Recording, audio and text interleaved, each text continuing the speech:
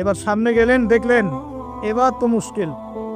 সামনে গিয়ে দেখলেন এক শ্রেণীর মানুষ, কয়েকটা মানুষ না, এক শ্রেণীর মানুষ, যাদের জিহ্বাগুলোকে, ঠোঁট আর জিহ্বাগুলোকে আগুনের কেচি দিয়ে কেটে ফেলা হচ্ছে। নবীজি বললেন, এরা কারা?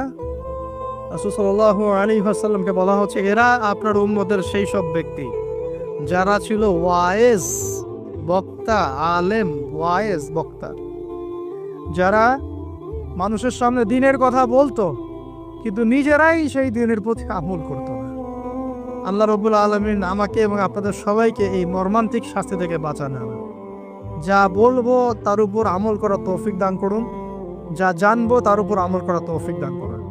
যা বলি আমল করি না সেটা প্রয়োজনে বলার দরকার নাই, সেটা আমল করি না সেটা প্রয়োজনে বলার দরকার নাই। আল্লাহ পাক আমাদেরকে রাসূলের সুন্নাহ মাফিক দাওয়াতি কাজ করার তৌফিক দান করুন এবং এই শ্রেণীর বক্তার অন্তর্ভুক্ত হওয়া থেকে আল্লাহ পাক আমাদেরকে বাঁচান।